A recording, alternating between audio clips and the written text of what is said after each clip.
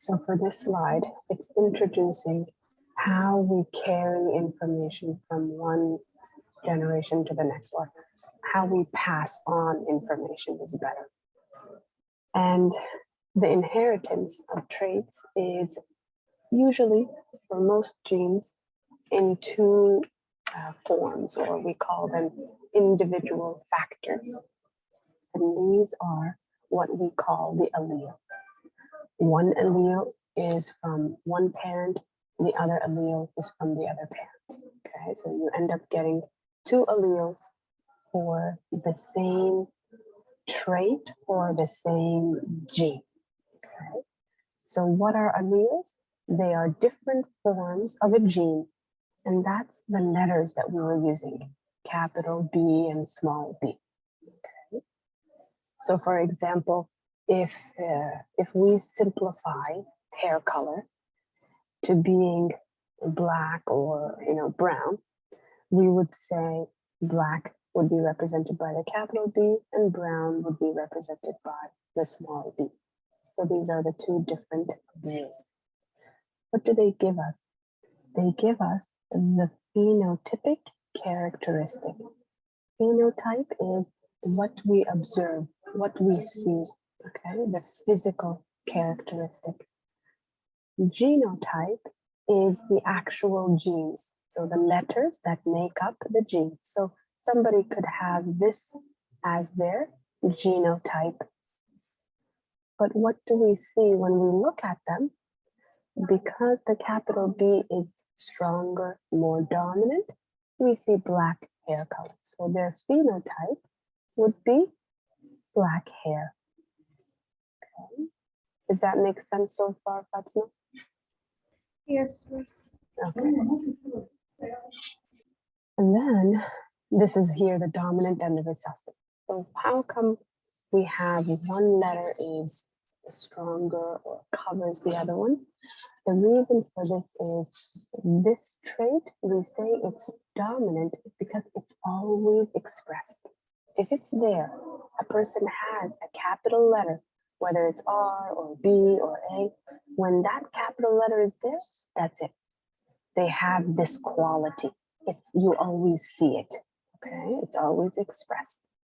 And what it tends to do is it covers or masks the recessive quality. It hides the recessive one because all you see is black hair color, okay? So it's expressed physically and we represent it with a capital letter. And then the letters will change depending on what characteristic, what quality you are looking at.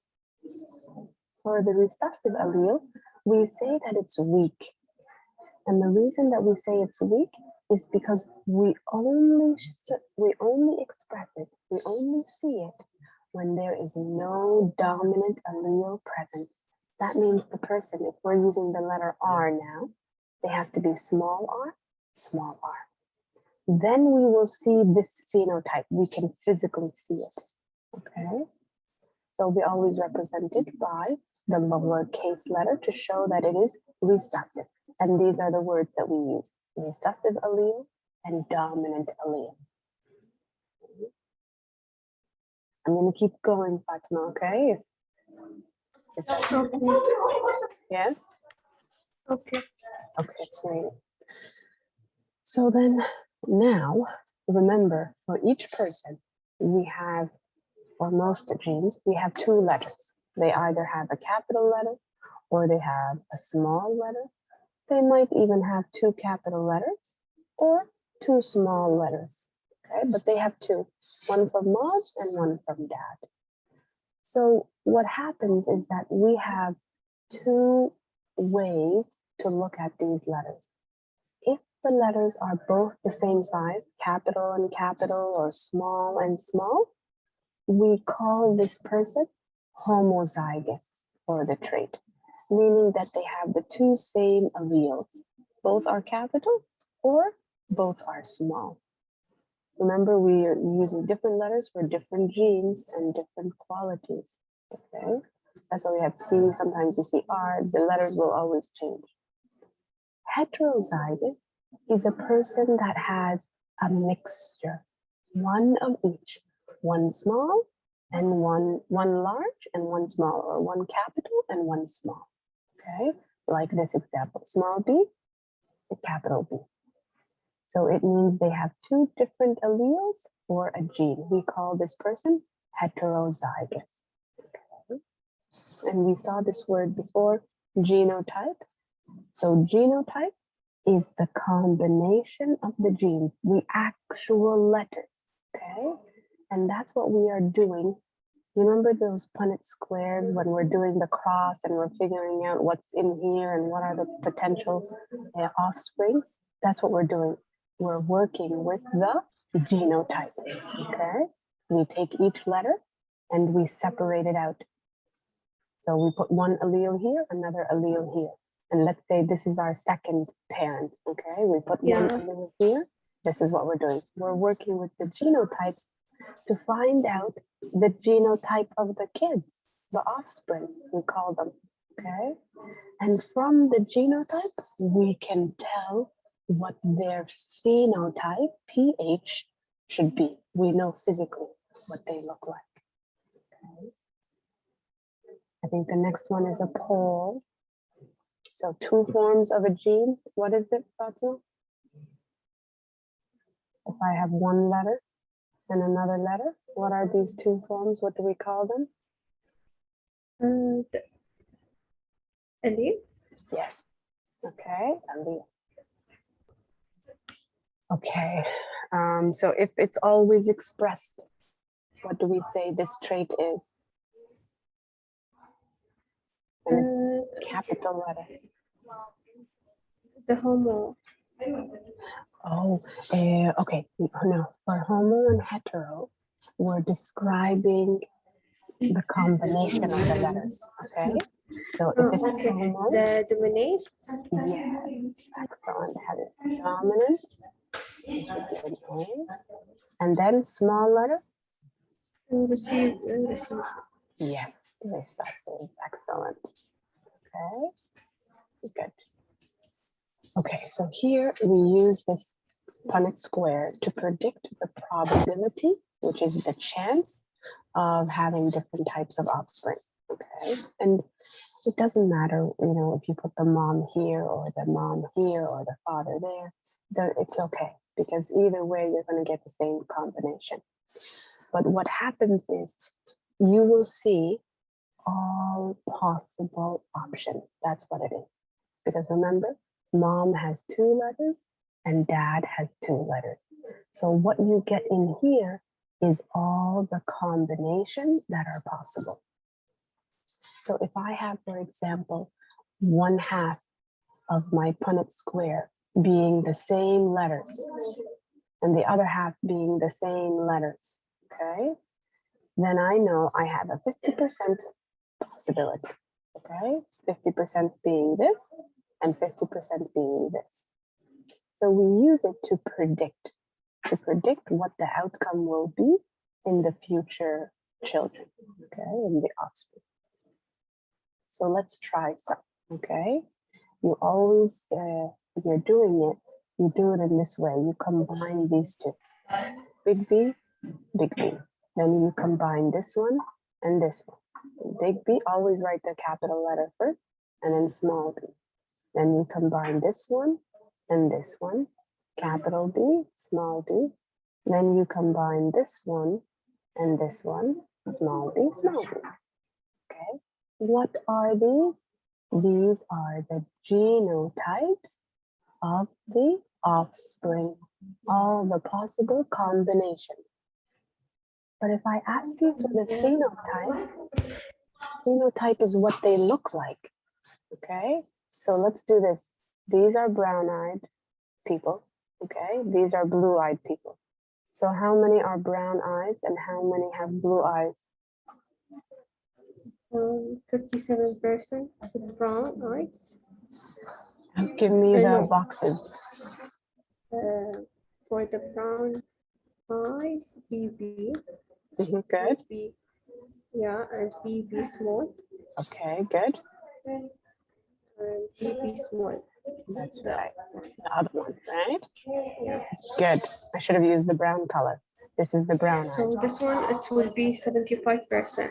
Excellent, sweet. That's right. And then this one is the only one that is blue eyes. Yeah. Okay.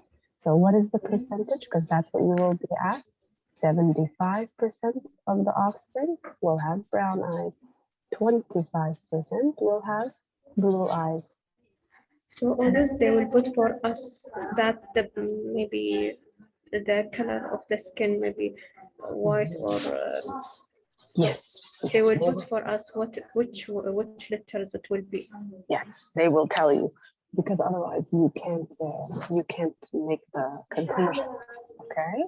They will tell you definitely. Okay. And then here again is the term homozygous because the letters are the same, and heterozygous because the letters are different. Miss Lama, she's not at her desk. Okay, 1 second, Fatima. Her desk is, yeah, like in the center here. Not this desk right here, but the next one after. I don't think she's there. Just check, you can see her schedule. Okay, you're welcome. Okay, my dear. So just the heterozygous and the homozygous, they apply to the whole genotype, okay? Not the alleles, but the whole genotype. Okay, and then they show what we just did together here again, okay? They broke up they separated them, but because the phenotype is still brown eyes, we put these percentages together, okay? But if you're asked, what is the percentage of this genotype, you're going to do it in this way. You're going to use this method, okay? So there is different ways to present the information. If they ask about genotype, it's the letters, the alleles. If they ask about phenotype, it's the physical feature, what you see. Okay, and then here again, different combinations, but same process. It's just for you to get more and more practice, okay? Can you do these boxes for me? Just do this one for me. And then we'll move on to the next slide. You tell me and I write. It will be B small. Okay, capital B, small b. How about this box? B small, B small. B small, or capital B? No, B capital and B small. Good. How about this box? B small, B small. Good. This one? And B small, B small. Good. Okay. And then do you see 50% is what? It will be 50-50. Exactly. 50% brown eyes, 50% blue eyes. Good, Fatima. Okay. Okay. And then here, this is a trait that is dominant. Okay. And some traits are like that. This having this kind of hairline, the widow's peak, this is considered a dominant allele. So they're just showing you different examples of sometimes something that you don't see very often in society is actually a dominant trait. Okay, so you make the combinations and then you find out if one parent has a widow's peak, it will be passed on depending on their genotype. It will be passed on to the offspring. Okay, because it is a dominant trait. Okay. So just different ways, different possibilities and different traits we're looking at. Cystic fibrosis and albinism have something in common. They are both conditions, but they are both also recessive conditions. So we say that they are recessive qualities that are passed on. So albinism is the quality of having no pigment. Okay, there's no pigmentation in the skin, in the hair, in the eyes. That's why they have that look. So if we have if we have two parents that have the recessive allele in their genotype, we will get a child who we have 25% chance of getting a child who has this condition, albinism. Okay. but both parents have to have the recessive allele. Otherwise, in all the other instances, it's covered by the dominant allele, right? And we don't see it. So normal pigmentation, normal pigmentation, normal pigmentation. Only this child will be albino. Okay, and you see that in families sometimes.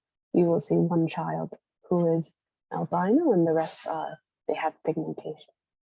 Cystic fibrosis, again, but this is actually a genetic disorder, and it's a very serious genetic disorder. It's also carried by a recessive allele. We call these parents now, we use the word, they are carriers. A carrier means somebody who holds or has the allele for a disease condition, okay? So we call them carriers. This is important to note because they are carriers, they pass it on to their children, okay? And what happens in this last box is that the child, one child, has there is a 25% probability of one child having cystic fibrosis, okay? Or of the child. Yes, Rudy? It will be just if one of the parents carries this disease, yeah? Not one. You see, they both have it. You see? The both. Yeah, they both have it. One, Yeah. if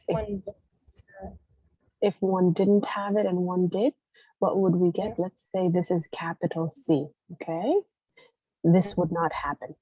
This would not happen. The capital C would, 0%. Exactly. So you wouldn't see it in any, there's zero possibility, exactly. So that's why it's important to note, and it's something that, you have to, sometimes they do genetic testing, something that you have to be aware of, because if both parents end up being carriers, then this is something they have to watch, okay? They have to be careful. So you only get the disease condition if you are homozygous recessive. That's what we say. You have the disease condition if your both letters are the same and they are both recessive. Okay. And then we get to the blood types. The blood types are different from the genes that we have been seeing now. Okay. All the genes we saw now, we only have two alleles. One is dominant, one is recessive. In blood type, we don't have two alleles. We actually have multiple alleles. And what happens is that we end up with 4 different blood groups. And this is a case where blood type A and B are both equally dominant. We call it co-dominant. We're going to see it somewhere in the coming slide, okay? Before we saw dominant and recessive, that's it. Now, type A and type B are both dominant, so we call them co-dominant. That's why we have a new type, which is AB. Both are expressed at the same time. How do we show the alleles? Because we have so many different options, we show the alleles using a letter I, okay? And if it's a capital I, it has to have an A or a B on it, or it has to have A and B, okay? Or 2 I's, one with A and one with B, okay? But it has to have an A or a B on it. What is the other allele?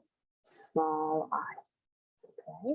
And if I have 2 small i's, I am blood type O. Okay? For blood type AB, I have 2 capital letters. One is on one eye and one is on the other eye. Okay? So blood grouping is a little bit different. These are all the different genotypes. So for A, Yeah, but it's not like the first. It's sorry, easy. It's easy, It's yeah? easy. Okay, good. So for the first one, for type A, we have either capital A, or we have capital A and I. Okay, this is a mistake, I believe. This is a mistake, okay? So this is the two options. A person who is type A can be this or this. Okay, we don't know. And then type B, they can be this, two capital B's, or they can be capital B with one small I.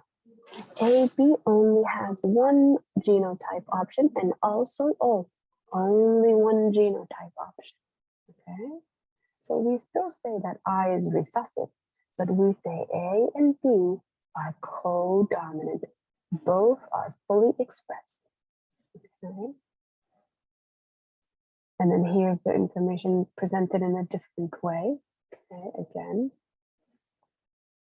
And then here are how we could get all the different combinations. But, you know, it doesn't actually, like, it doesn't work like this. You know, one person doesn't have 3 alleles. So this is a little bit of a, it's just to show you, I think, the combinations, but it's not a Punnett square. Right? Okay, here's an example of a Punnett square. So a woman, she's heterozygous. Immediately, she has a mixture. She has one capital letter and she has one small letter, okay? Then they told us she's type A. So on her capital letter is A. She would like to know what is the possible blood types of her children if she marries a type AB male. So here's the male. He can only be one option, capital IA, capital IB. And then we do the squares. So these are all the kids, okay? The possibilities of the kids. And down here is their blood type, okay? And then we see that all her children will either be A or B or AB. They can't be I, okay? Why, Fatima? Why can't any child have a type O? Because just the female has a small I. Exactly. There's only one recessive I, and we need another one for type O blood. Okay. Excellent. And then there's the percentages here. 50% are type A, 25% is type B, and 25% is type AB. And then we just have more examples. Okay. How are these examples? I want you to work through them. Okay. Work through this one on slide 27. And send it to me, okay? Or do you want to do it now? It's okay, because we'll go through the slides. Okay, sweetie. Okay, and you can send it to me. This is important to note, okay? Diseases that are passed on genetically. So it means that it's in the chromosomes, okay? And then the last part is sex determination. How do we know? How do we decide if the child is going to be male or female? Or how does that get decided? We don't decide. But females have 2 X chromosomes. Males have 1 X and 1 Y. Where are these chromosomes from? Remember, we have 23 chromosomes. Number 1 to 22, we call them autosomes. They are just regular normal chromosomes. The last chromosome, 23, we call it a sex-determining chromosome or sex chromosome because it gives us our male or female, okay, if we're going to be male or female. And then this is what it looks like. So female, it has 2 X's, male has X and a Y, and it does actually look smaller than the X. It's very small, the Y chromosome.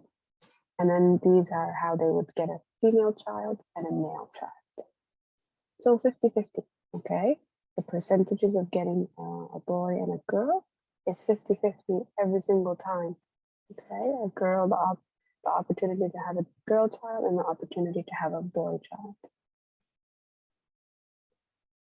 What is important here is that there are important genes that are carried on these chromosomes. So chromosome X actually has 900 to 1600 genes. Chromosome Y, because it's shorter, it has 70 to 200 genes. What can happen is that then diseases can be found on this gene, or conditions, not always a disease, but a condition can be found on this X chromosome, and it will affect the males more. Why? Because they only have 1 X chromosome. Okay, and if that X chromosome has the condition, then they will express the condition. If it's a disease or if it's something like color blindness.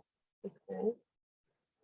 So we call the genes that are found on the X chromosome, we call them sex-linked because they will be carried differently depending on if it's a girl or if it's a boy. Okay, and it will be like expressed differently. What do I mean? So imagine we have a disease condition and it's a recessive allele. Okay, in order to show the condition, you have to have two small letters. And then we have a female child. She has one dominant letter and she has one recessive. She will not express the disease, okay, because she has the dominant letter and it will mask the recessive trait. So very rarely does a female express these kinds of traits because they usually have one to mask the other. Okay? So very rarely are they expressed in females. We would say this female, we would call her a carrier. She's carrying the recessive allele, but she doesn't show it. Okay. The small letters of the carriers. Yes, exactly. Okay. So it's a condition that is only expressed in the recessive allele. So we have to have two small letters in order to show the condition. But look, for a male, if they have the X chromosome that has the recessive allele, they will express the condition. Why? They don't have another X to mask this recessive allele. They only have one X chromosome. Okay? So what happens is that more often we have more cases of the disease in males than in females. Okay? They only have one X chromosome. Okay, so who is more likely to express a recessive trait? A female or a male? And why?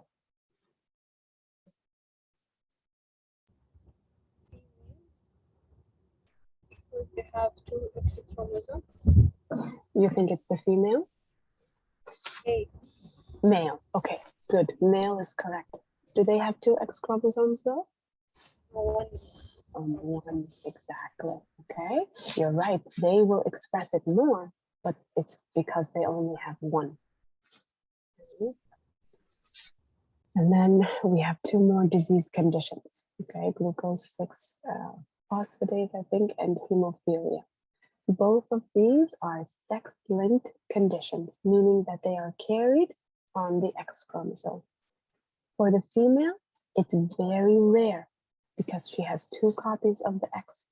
So it's very hard for her to have two recessive genes, okay?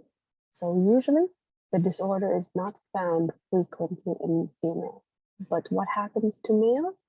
Because they have only one X, they are more likely to express the disease. Okay, and show the disease. I'll show you here. So hemophilia is a bleeding disorder.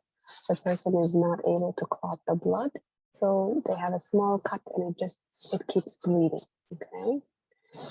The dominant trait, we express it on the X, right? Because this is a gene carried on the X chromosome. So the capital H means they have a normal blood clotting, and this is the dominant condition actually. The small h means they have the allele for hemophilia, and this is the recessive condition. So look what happens if we have males versus females. For females, they have two opportunities where they don't have the condition. Normal, both are capital, or they are a carrier, but they're still normal. They don't express hemophilia. It's very rare for them to express hemophilia because they need two recessive alleles on the X chromosome. For the male, he only has two possibilities. He has a 50-50% chance. Either he gets a normal X chromosome or he gets a hemophilia X chromosome and he will express the disease. Okay. So we see it more in males than in females. So if a person is a carrier, what does that mean, Fatima?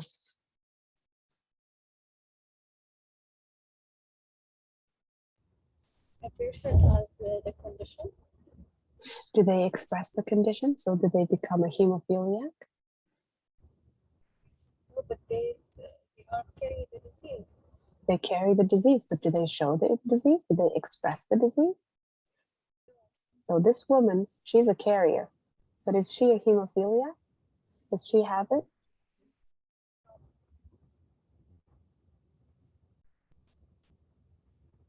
To have the condition, to actually express the condition in her blood, she has to have 2 small letters. She doesn't, right? So she's a normal blood clotting person. Her blood clots normally. Does that make sense? We don't say she has the condition because it's a recessive condition. And to express a recessive condition, you need 2 small letters. Does that make sense?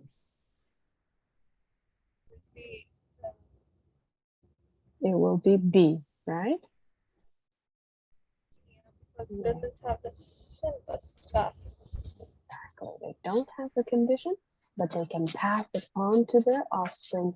Offspring is the children, the future children. Okay.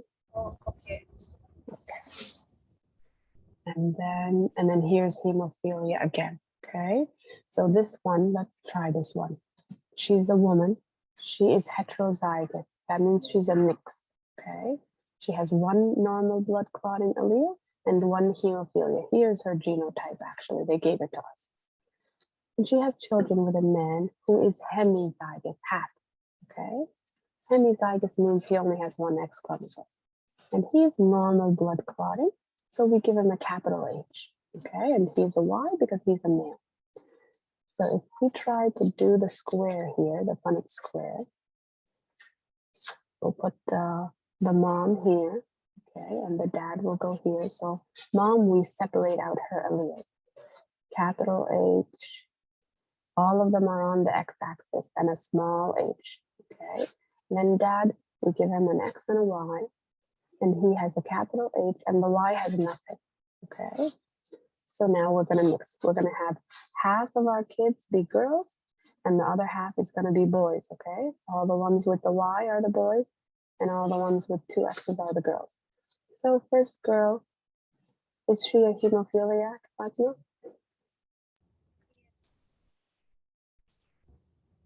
H capital, H capital. Mm-hmm.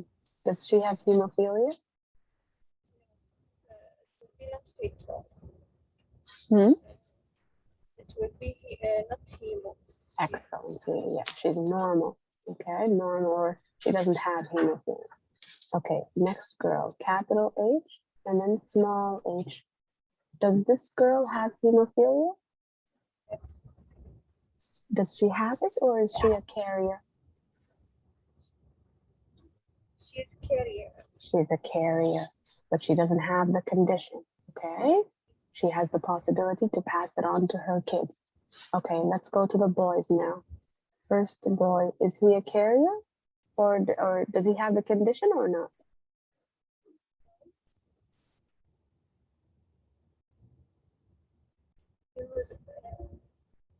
It should be capital H. This is capital H, sorry, it's getting messy here. It will be normal. Normal, good. Then the second boy, what's his condition? Hemophilia, but maybe normal. No, not normal. He has no chance to be normal. He only has 1 X, and that X has the condition. He will be a hemophiliac. Okay? He has hemophilia. Yeah, but the XH capital, XH small, it will be carrier. Yes, so Not what mix happens? that. That's right. What happens? Girls are more often carriers, and boys either have the condition or not. That's it. They cannot be carriers. They have it or they don't. Okay. And then here's the Punnett square, better, nicer, neater.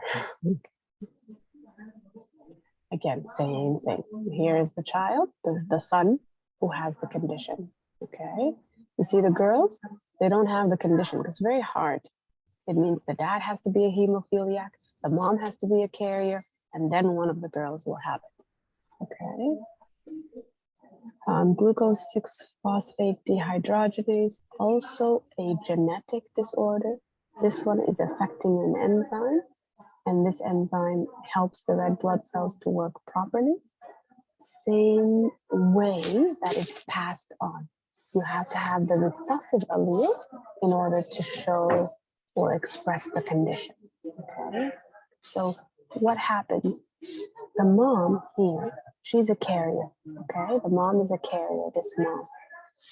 One of her kids, one of her girls becomes a carrier, but look, her son is affected by the condition. One of the sons.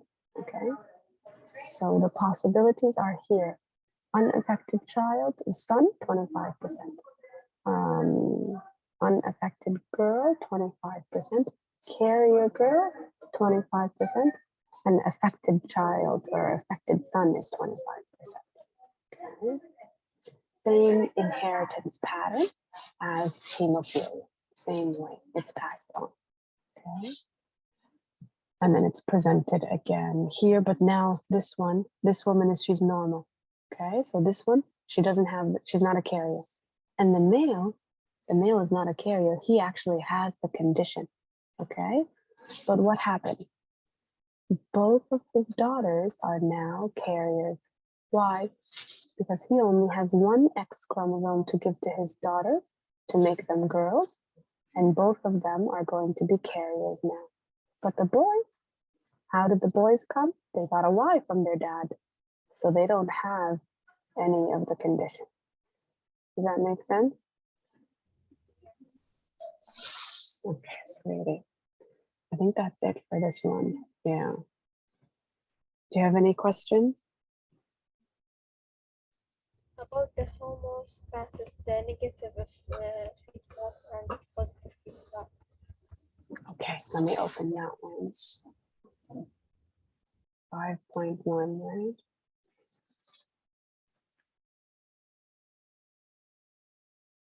I'm just going to open that one here. The negative and positive, right? Yes. Only that part? Yes. Okay, let me find it.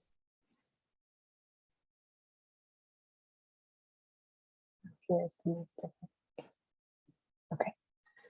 So we have two ways to control homeostasis in our body.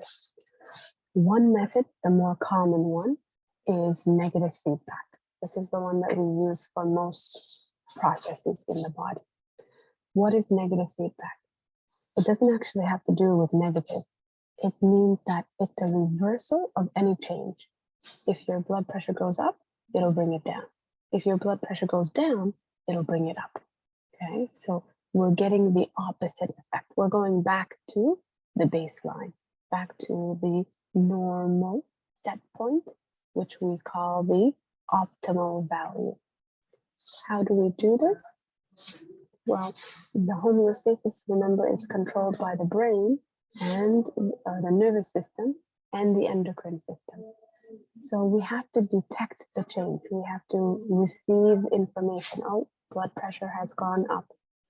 Then that information is sent to our brain, which is the control center.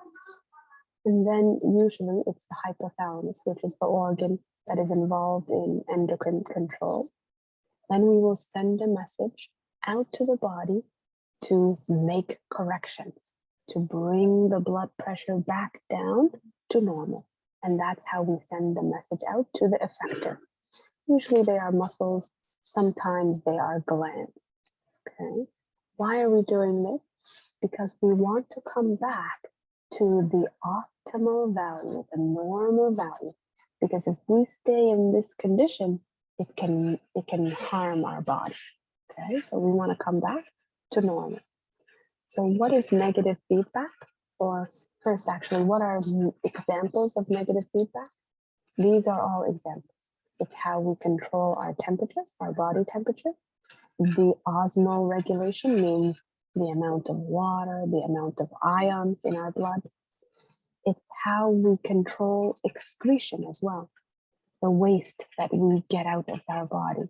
How much waste do we get out and how often? And then glucose. What is the amount of glucose in our blood? And then we regulate that. And then we have examples of each one.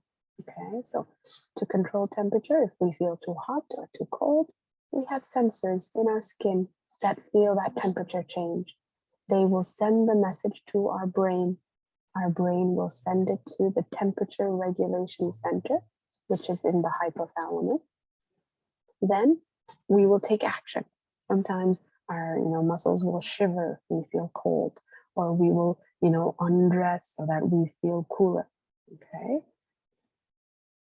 Negative feedback means if there is any change from the normal value, whether it's up or down, we will take corrective action. Okay. Our muscles will activate, our glands will activate, we will make changes. Okay, maybe we'll go to a warmer area, turn on the heater, for example. We will take corrective actions to go back to the normal value. Okay. This is the negative control pathway.